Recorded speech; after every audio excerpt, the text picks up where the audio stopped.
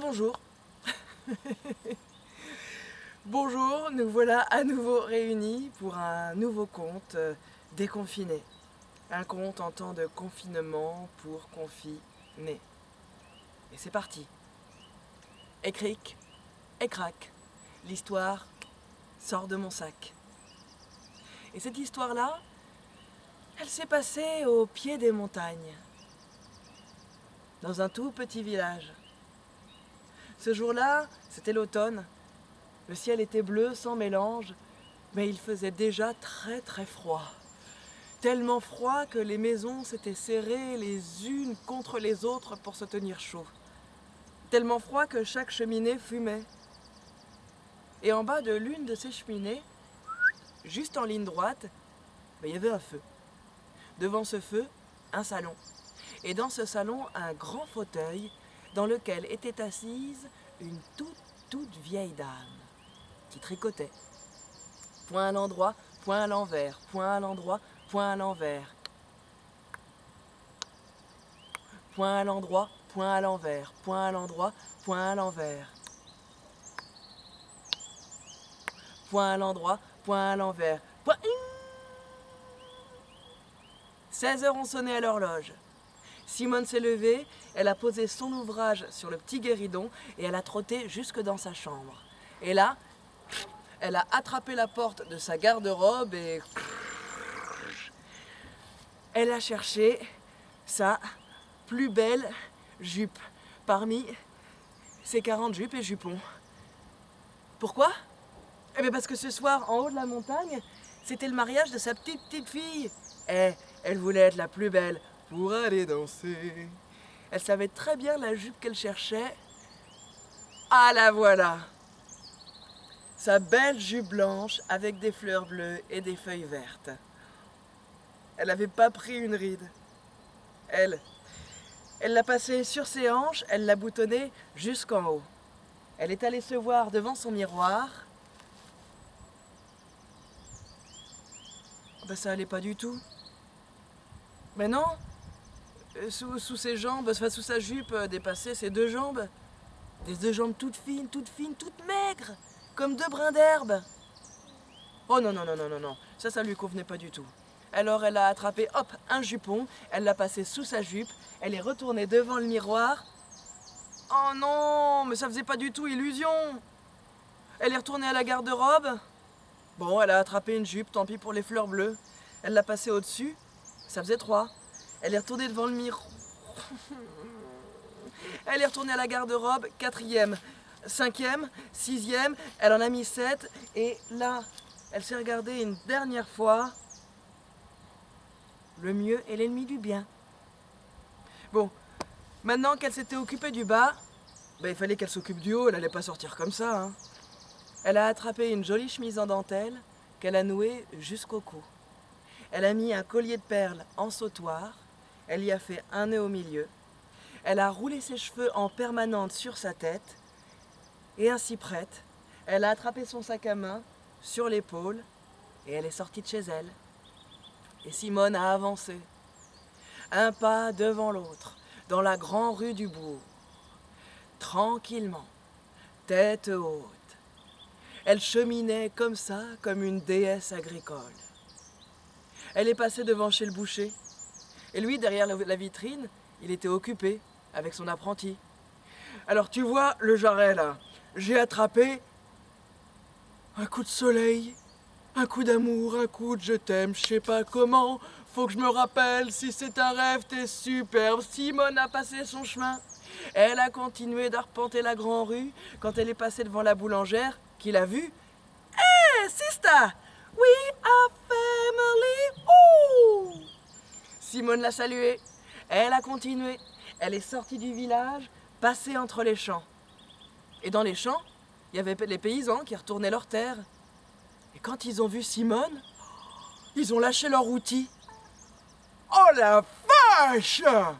Hé madame, vous auriez pas un 06? Simone, elle n'a pas répondu, elle était au-dessus de tout ça avec sa permanente. Non, elle a continué son chemin. Elle a entamé la montée de la montagne, elle est entrée dans la forêt. Et le merle, quand il l'a vue, Le renard, lui, a lâché sa proie. Mais derrière l'arbre, il y avait le loup. Et quand il a vu arriver la toute vieille, là, avec ses hanches bien remplies, il s'est mis en travers de son chemin. Eh, salut la vieille! T'es bien jolie, t'es bien gironde, hein? Dis donc, cocotte, t'as déjà vu le loup? On m'appelle pas cocotte, et oui, j'ai vu le loup. Hein? Bon, en vrai, je suis pas là pour discuter. Je vais te croquer. Allez hop, il a fait un pas en avant, et Simone a dit hop, hop, hop, hop, hop. Vous n'y pensez pas? Regardez donc. Elle a attrapé ses 7 jupes et ses 7 jupons et rac, elle les a relevés au-dessus de ses genoux. Le loup a vu ses 2 jambes toutes maigres, toutes fines comme 2 brins d'herbe. Oh, y a pas grand-chose à manger, ouais. C'est toujours ça. Il a fait un pas de plus. Hop, hop, hop, hop, hop, a dit la vieille. Vous savez où que je vais? Je vais au mariage de ma petite fille, là-haut sur la montagne. Et vous savez qu'est-ce que je vais faire pendant 3 jours et pendant 3 nuits? Eh bien, je vais boire, je vais manger, je vais danser. Mais je vais grossir et je vais me muscler. Et je serai meilleur au retour qu'à l'aller. Ouais, attendez-moi là, de toute façon. Qu'est-ce que vous voulez que je vous dise? J'ai pas d'autre chemin pour rentrer à la maison. Ouais, c'est pas bête, a dit le loup. Ok, la vieille. Bon, allez, file. Eh. Mais pas de faux plan, hein. Allez, oust. Simone a passé son chemin.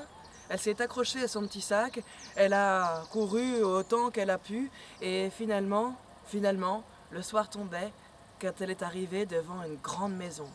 Les fenêtres étaient illuminées. Elle s'est approchée de la porte.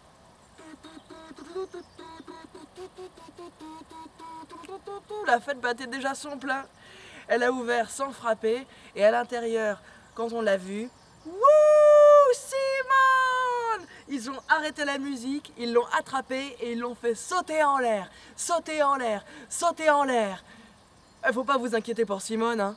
Elle, avec ses 7 jupes et ses 7 jupons, à chaque fois, elle redescendait tout doucement, comme avec un parachute. Et finalement, clac, ils ont mis la musique et Simone a dansé sur le dance floor, les Bee Gees. Elle a entamé des slows, elle a fait des smacks. Pendant 3 jours, pendant 3 nuits, elle a mangé, elle a bu et elle a couché tout le monde. Et au bout de 3 jours et au bout de 3 nuits, eh bien la fête s'est dispersée. Il ne restait plus que Simone, sa petite fille, et son nouvel époux. Simone est allée voir sa petite fille et elle lui a dit « Je vais y aller, ma chérie. Au revoir. » Ou plutôt adieu. « Mais mamie, pourquoi tu dis ça? Arrête. Chaque fois c'est la même chose. » Ça va pas? Si. Mais qu'est-ce qu'il y a? J'ai un rencard. Mais mamie, c'est génial! Je suis vraiment hyper heureuse pour toi. Non mais là il faut que tu m'en dises plus. Allez, comment il est? Poilu? Oh mais pourquoi pas? Allez, dis-moi plus. Il a un gros nez. Oui, des grandes dents. Qu'est-ce que c'est que cette histoire? Et finalement, Simone lui a tout raconté. Sa petite fille a dit, ça va pas se passer comme ça. Elle l'a amené dans son potager derrière la maison, jusqu'à une énorme courge. La petite fille a fait un trou dans la courge. Elle l'a vidée. Elle a mis sa grand-mère dedans. Elle a rebouché la courge et elle a recousu le chapeau. Elle a fait rouler la courge jusqu'au bord de la pente de la montagne. Et à la 1, à la 2, à la 3, pouf, grand coup de pied. Et la courge a roulé, boulé sur la pente. Roulé, boulé le long de la montagne. Roulé, boulé dans la forêt. Roulé, boulé jusqu'à un arbre. Et paf, le loup l'a arrêté. Et la courge, j'ai la dalle. T'aurais pas vu une toute vieille, là, bien ronde, bien gironde, qui a bu pendant 3 jours et pendant 3 nuits? Oh non. Par contre, moi je suis pressé. Alors le loup, soit tu me manges, soit tu me laisses passer. Hein? Non mais tu m'as vu? Moi, un loup bouffer de la soupe? Allez, passe ton chemin. Et paf, coup de patte, la courge a roulé, boulé dans la forêt, roulé, boulé entre les champs, roulé, boulé dans le village, roulé, boulé, et paf! Elle s'est éclatée en 1000 morceaux contre le mur de la maison de Simone. Elle, la toute vieille, elle s'est retrouvée les fesses par terre, pleines de courges. Elle l'a trouvée très bonne. Alors elle a pris les meilleurs morceaux. Elle est rentrée chez elle, elle a fait bouillir de l'eau et paf, elle a jeté la courge dedans. Elle a ajouté quelques herbes, du sel, du poivre. Quand ça a été prêt, elle a mixé tout ça. Et puis elle s'est servie la bonne souplette dans son assiette creuse préférée. Et elle y a ajouté un petit peu de crème fraîche et des mentales râpées. Enfin, non, du brebis râpé. C'est beaucoup plus local, hein. Elle a goûté tout ça, et elle a trouvé sa soupe délicieuse. Et tout en la mangeant, elle s'est dit qu'elle avait bien roulé le loup. Et cric, et crac, l'histoire rentre dans mon sac.